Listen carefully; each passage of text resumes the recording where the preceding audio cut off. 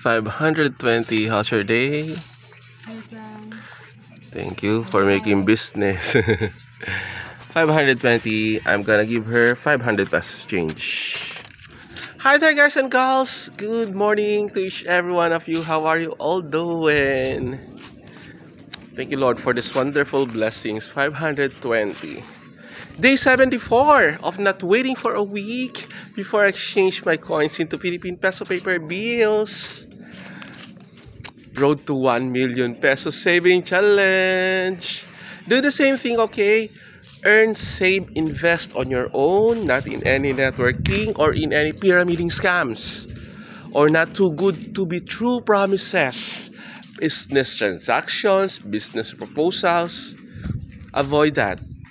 Otherwise, when you got failed, you will feel upset, you will feel depressed, and your dreams will not push through. Okay? I may be repeating, but that's the real talk. Okay? Thank you so much.